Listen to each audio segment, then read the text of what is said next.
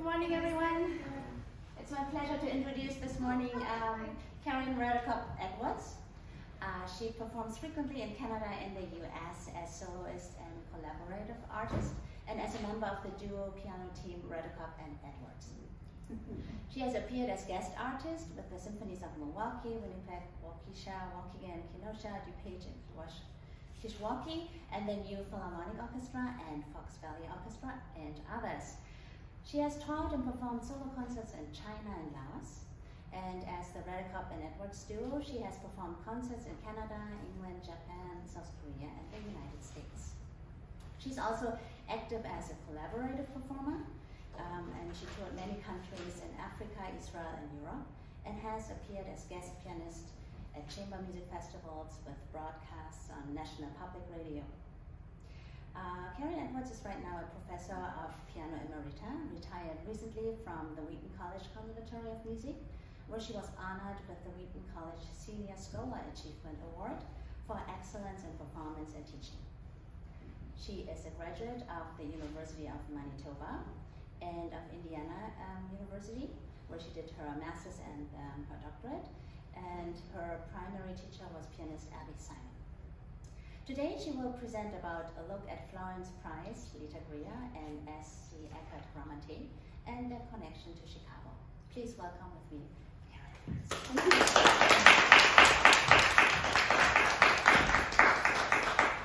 Thank you, Yumi. I'm so glad to be here. I'm delighted to probably introduce some of this music to you. Some of it you may know, but most of it you probably won't.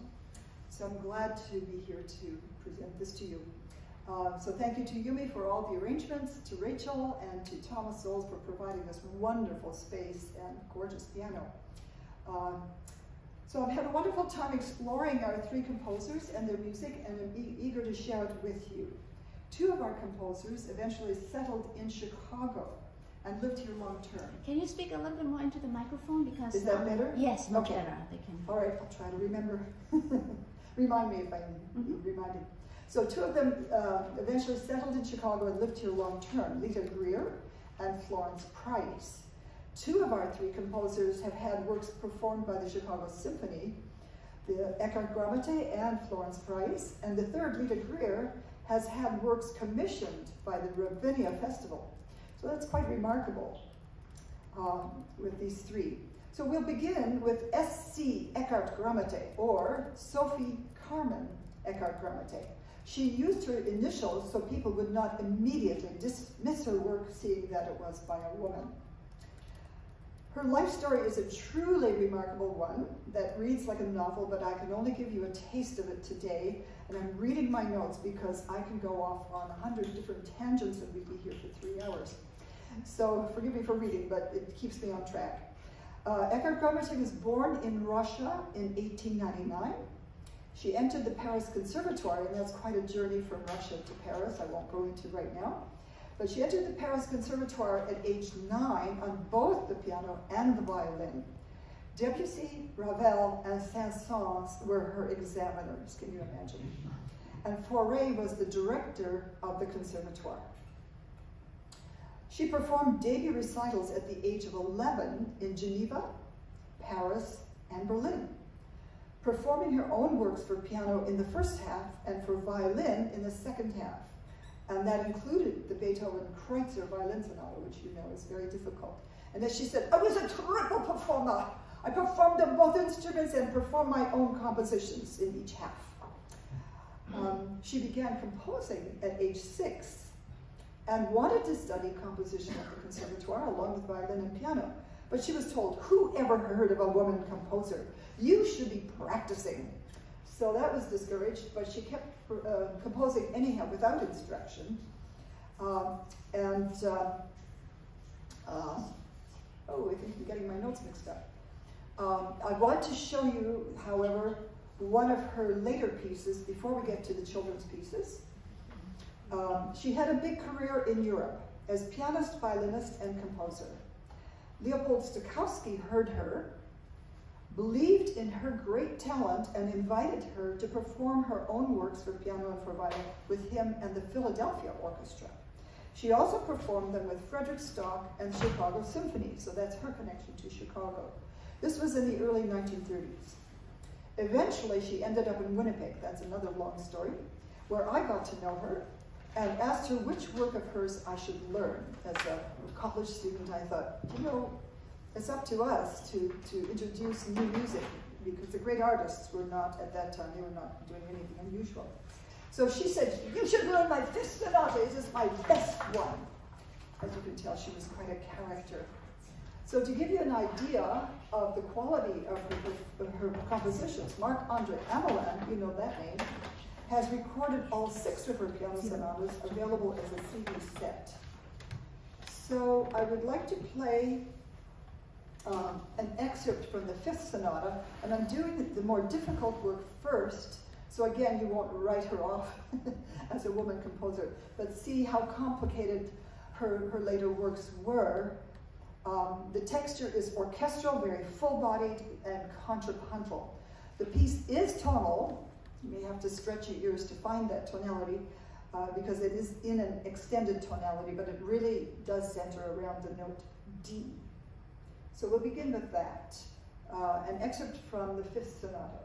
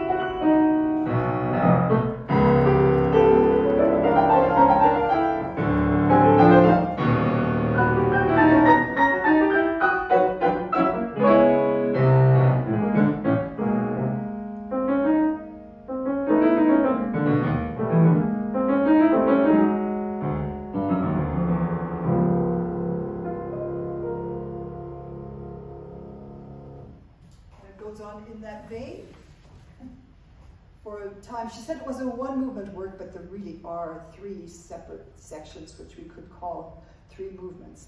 Quite a complicated piece, as you can hear.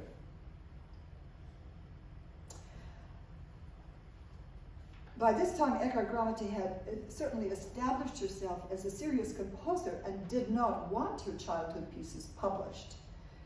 However, after she died, her husband, Ferdinand Eckhardt, had all of her works published and performed. So we do have these childhood pieces, and I would like to introduce you to some of these written from the age of 6 to about 14. One of them was published at age 11. I'm not going to play that one. Other than that, they were not published until after her death. These are appropriate for students of all ages, and particularly for those with bigger hands who want something with richer texture and more musical substance. So they'd be perfect for a teenager who already has a good octave span, maybe a 9th, maybe even a 10th, or can easily do a 10th. So let's move on to the first. These were published in 2 volumes. Volume 1, the alphabet pieces, and we'll start with D, which sounds a bit like early 1800s music. We still have the ornamentation of the 1700s and so on, but harmonies that are a little bit further. And with these 3, I'm going to play just little snippets. So D, and then right on, I'll tell you now while I'm at the mic, S is for Sonia, because she says, this is already quite myself. Sonia was her nickname. And then Valse Chromatique, very much turn of the century kind of waltz writing.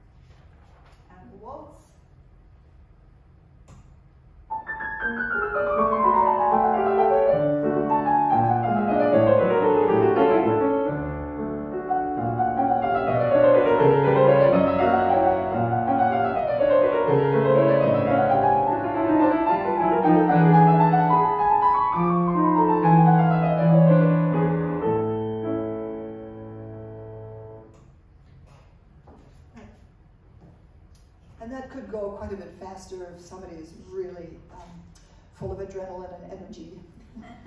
So those are the taste of the alphabet pieces. Then we move on to the character pieces. And these are more from the time she's 8 to 14.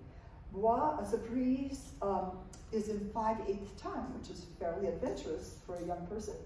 The petite etude is quite difficult, with lots of things going on in two hands. It reminds me of the A-flat impromptu by Chopin. Not that the piece is the same, happens to be the same key, but that there are difficulties in both hands and then in playing them together. And then I will play the Nocturne as a complete piece. It's about 6 minutes. Really quite beautiful, which she did write when she was 14, and apparently later revised it. I've never seen the early version, so I'm not sure how that compares. But the 3 pieces from the character pieces.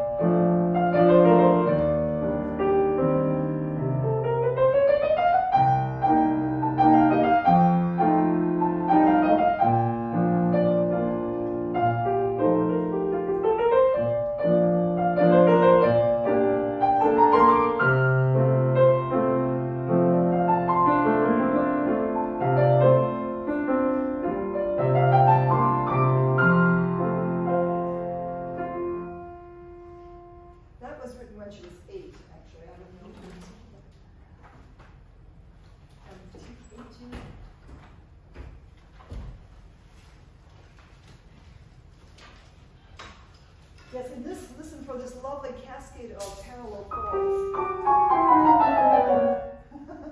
It's a little tricky, and then these wonderful harmonies right out of the Fauré Requiem.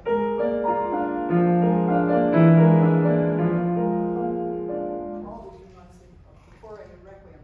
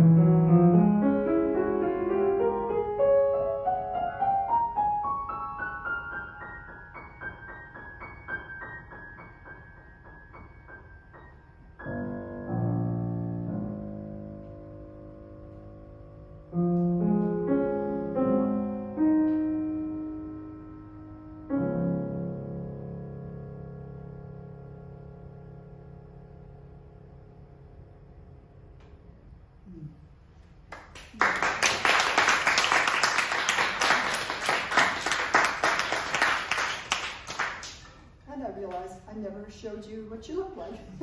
Sorry, this should have come up earlier, but I'll let you look at that for just a moment.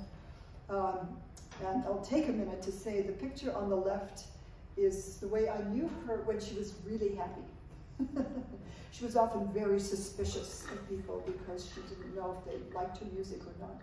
But as you can tell from how I was imitating her earlier, she was quite a character. But here she's just very joyous.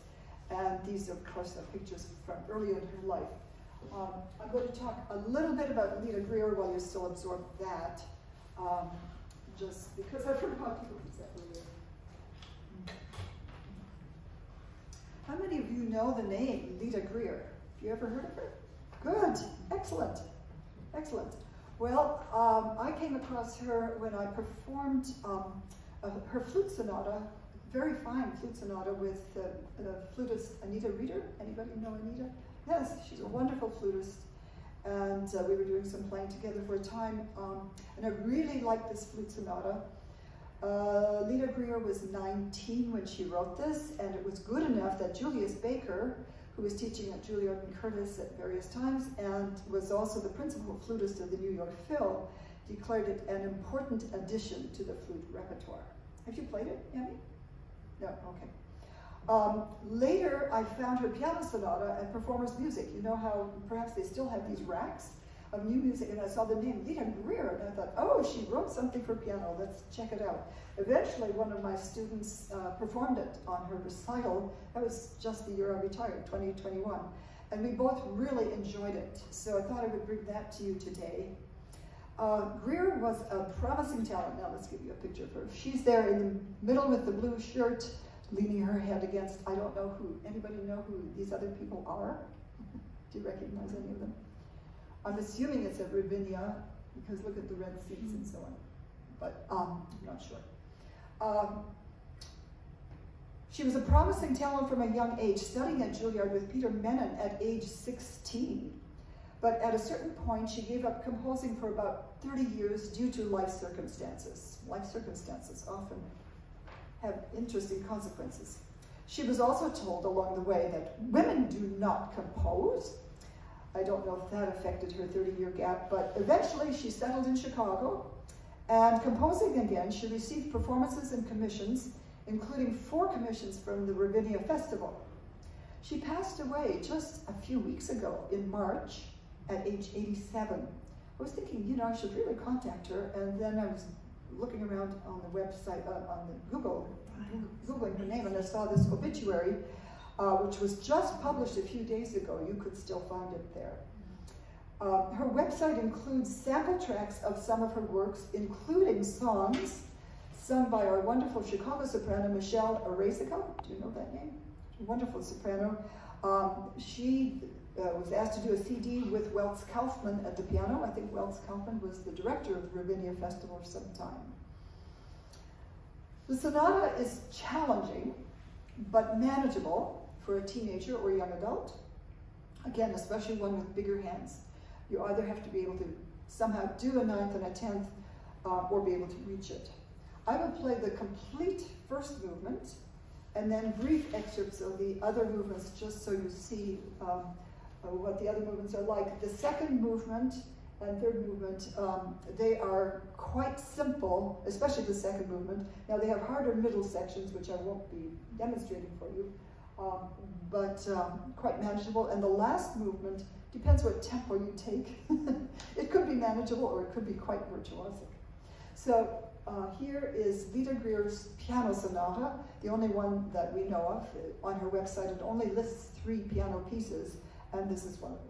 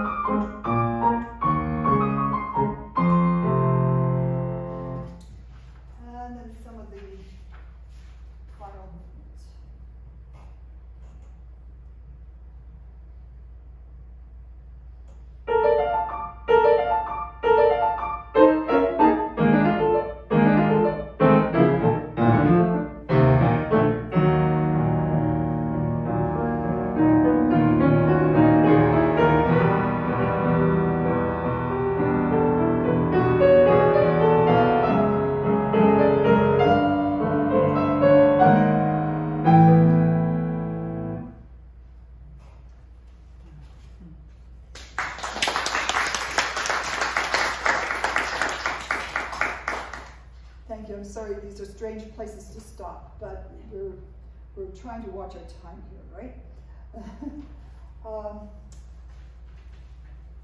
So, of course, Florence Price, I am sure most of you have heard of her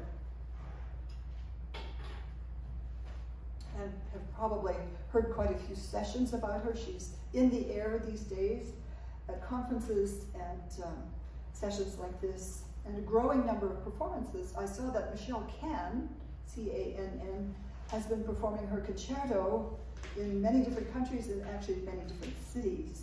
And just a few years ago, 2 years ago in fact, Chicago Symphony Orchestra performed her piece called Ethiopia's Shadow in America. A really fine piece. So a strong composer.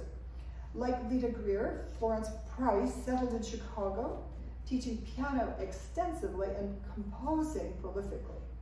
Her works include a progressive set of pieces for her students and numerous other elementary and intermediate works. There are pieces at every level of difficulty, and they are quite satisfying musically. So even the easiest ones, if there's time, I will play these little excerpts I've indicated here.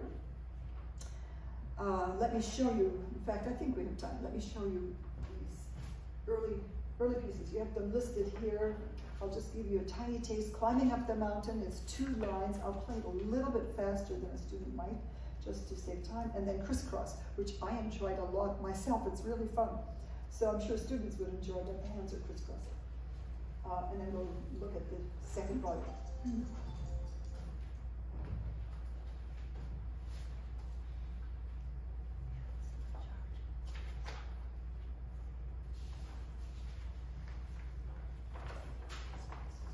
So you can see how it looks on the page, just all half notes and a whole note, and then just a few little quarter notes for this climbing up the mountain.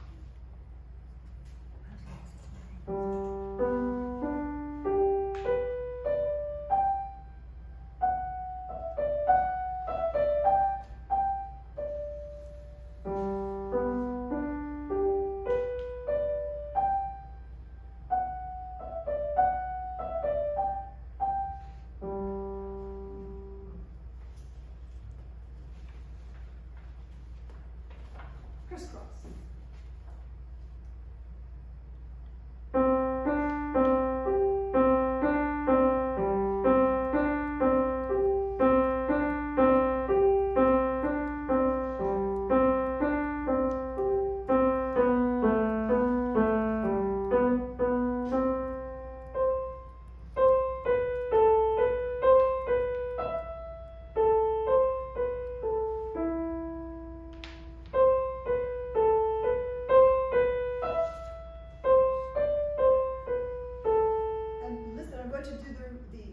Again, and listen to the 3-bar phrases. There are 3-bar phrases, very unusual.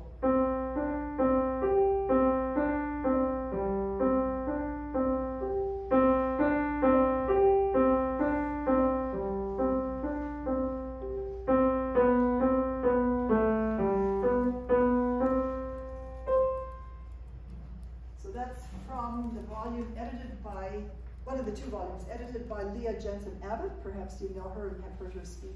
She has quite a bit of information on Florence Price. And I think on my last page of handout, you see some things that directs you to her and to how you can get these scores, all of these scores I've illustrated today.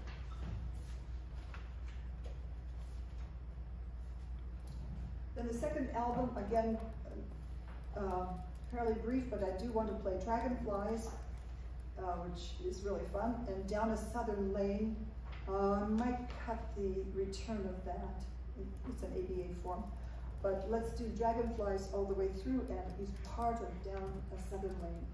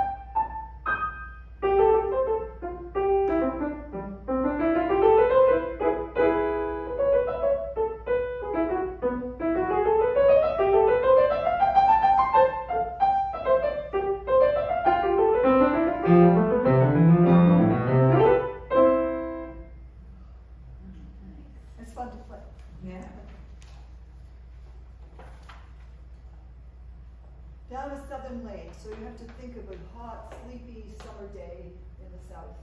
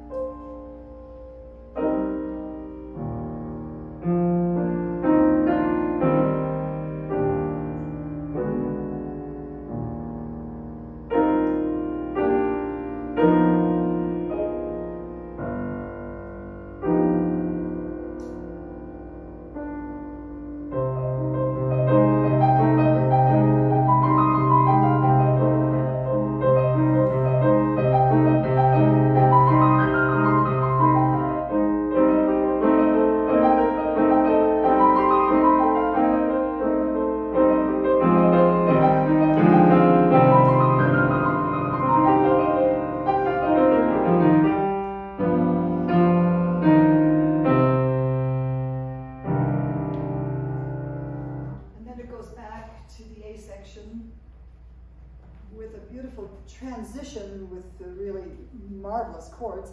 And then she does something very unusual.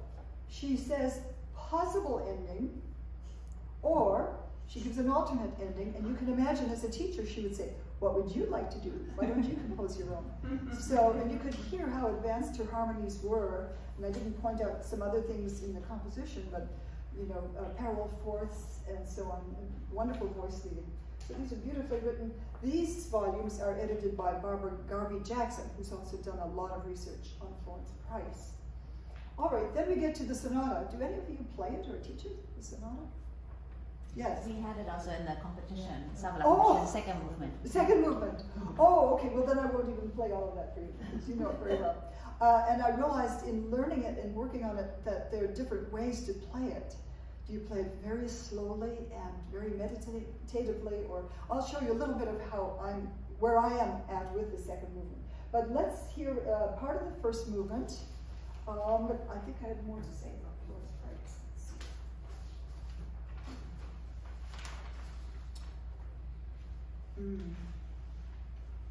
Yes, I did want to tell you some of these things. Florence Price was also quite precocious, studying piano, organ, and composition at the New England Conservatory, entering at age 16. You know, all of these women seem to be so gifted very, very early. And she graduated in 3 years, studying all three things.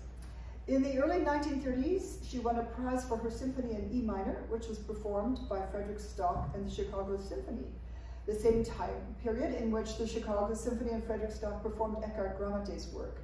So I'd love to know more about Frederick Stock, that he was willing to conduct these unusual pieces.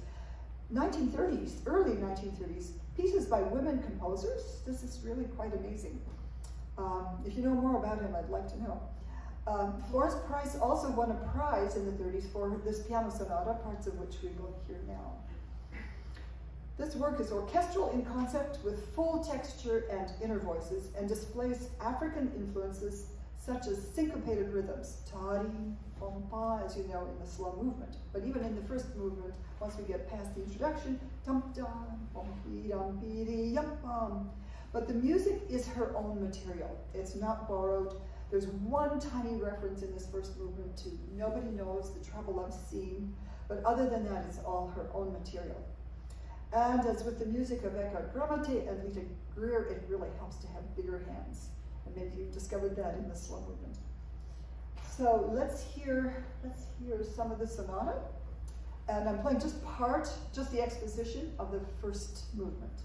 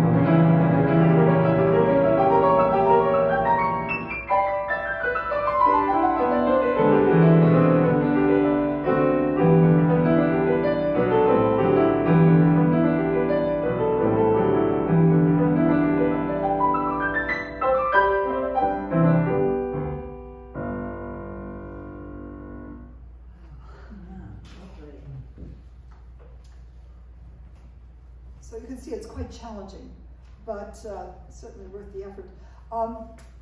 I started a student just before I retired on the slow movement. We learned that together, and then she went on with her next teacher to learn the whole piece and do it on her senior recital. She also happened to play it for Christopher Harding from University of Michigan in a master class, and he said something really interesting. He said, I think she probably did not prepare this for publishing, because there, you heard in that slightly slower theme, there's this theme repeated twice, so you get it 3 times, and it's just really odd. Why would she have done it 3 times? So he said, I think if she had known she was going to publish it, or maybe she was pushed into publishing it very quickly, she might have revised some things, and I certainly think that's true in the last movement, which seems to go on forever. About that first movement and that place I just mentioned, Nick Phillips has a video of the first movement, and he says a lot of people leave out one of those repetitions, so they only do it twice instead of 3 times. And I think if I were to perform the last movement, I probably would make some cuts too, because there's just a lot of repetition. The ideas are good, and she has so many ideas, but you know, you have to have it make sense throughout as well. Okay, so I'll just give you a taste of the second movement, just for fun, to show you where I am with my take on it right now.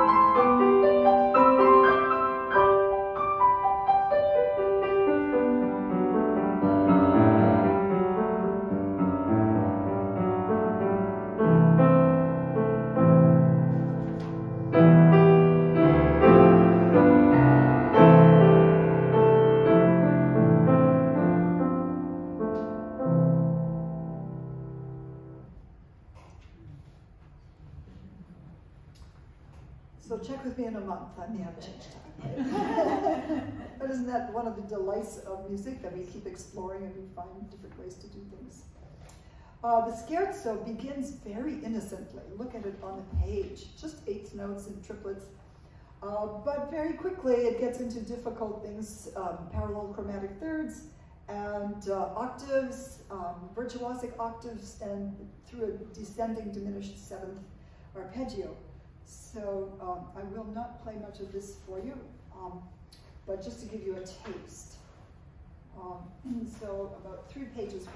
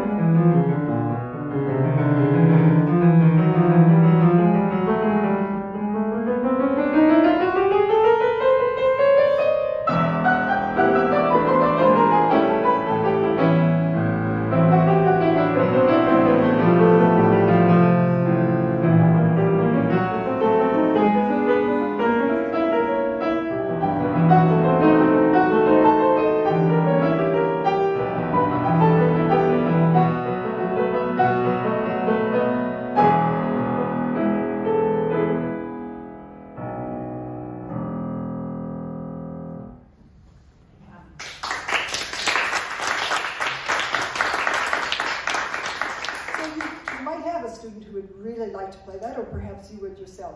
But it has a lot of different ideas in it, and as you can tell, you have to have some technique to be able to do it. So I want to just make one reference to the other parts of the handout to end the session. The Eckhardt-Gramatté pieces from my childhood are available. It's very easy, I discovered, when I couldn't find my score for a time. Very easy to order from Mayfair Music, and you just pay them a fee and you download it instantly. That was pretty good. And right now the Canadian dollar is about 70% of the US, so, so that's kind of nice too. Lita Grier, I'm not quite sure how you would get her music now, although my student found a way to do that. So I guess it is available. Or check with Performers Music. They have it once, maybe you can get it again. Florence Price, most of that is now available. You can see some possibilities there. And then I threw in some other things here, some anthologies, and the biographies, of course. If you're more interested in Florence Price, there's this wonderful biography. And then for Eckhardt-Gramatté, as I said, her life story reads like a novel. And this book, Music from Within, written by Ferdinand Eckhardt, her husband, and with a ghostwriter who writes wonderfully. It's like a 4-hour read. It really reads well, and it's one of these starving artist kinds of stories.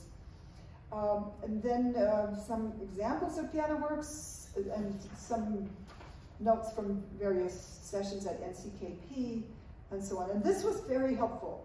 On the last page where it says recordings of piano music by Black composers. This Dr. Aaron Matthews, that's really quite a nice resource because he's got videos, I think, of different students playing these pieces, so you get to hear them, not just see them. Then if you belong to Francis Clark Center or Get the Piano magazine, these were sessions. I'm afraid it's not terribly up to date, but there were sessions there that were very helpful. And then, of course, some piano magazine articles, including the last one on the page. In 2018, there was a cover article on Florence Price. So if you dig around, you can find quite a bit of information on Florence Price and even on Eckhardt-Gramatté. So thank you so much. And thank you again for having me. And I hope you were intrigued enough to at least explore something in this set of pieces. Do we have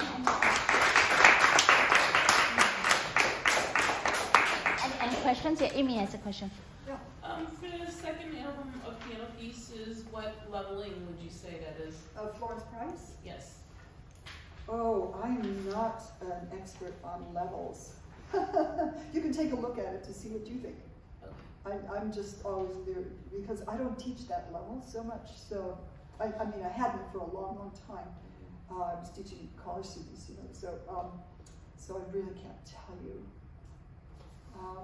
You know, I'm thinking that Leah Jensen Abbott has a lot of information, and she might even have said something.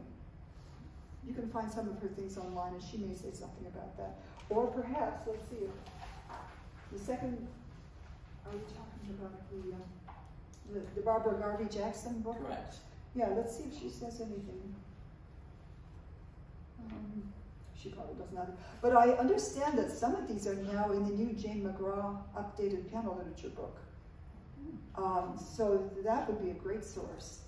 And I know that the Eckhardt-Gramatté pieces from my childhood were in the original version and also in the literature book, the graded literature book that Reed, Alexander, and help me, Kathy Albergo put out a long time ago. I haven't kept up with their updated editions, but in fact, I was the one who told them about the Eckhardt-Gramatté pieces, so they included them.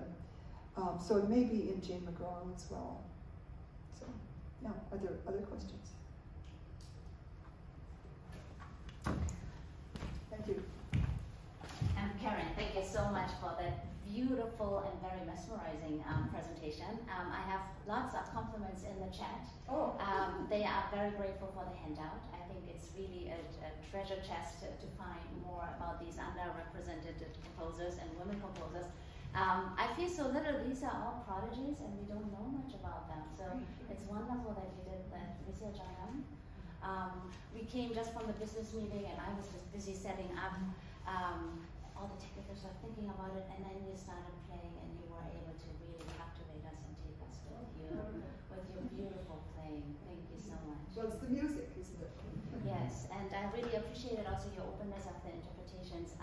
So in the Sabla competition, Regina put the second movement of the sonata in that, and I had a student playing it, and he won also a prize and was invited to play at a masterclass for Michelle Canton at the Rain Park. Okay. And it was interesting, her take, she took it a little slower and came from the spirituals of the Fiat and do it. But I thought your interpretation was also very convincing because of your voicing, and you still have the sweetness and the happiness. And as you said, that's the beauty of music, to have these different ideas and get inspired, and then you put together your own interpretation. So thank you so much for your knowledge and sharing all of what you did today. Thank you. Thank you. Thank you. Yes. And I should say, I just discovered Michelle Cann's video on YouTube of the second movement, and she plays it really, really slowly. I used to do that, not quite that slowly, but right now I'm into this way of doing it. And as we say, that's why we keep going to Orchestra Hall, to Symphony Center, to hear different people play the same pieces, right? So, again, thanks, and if you have questions, I'll be down here.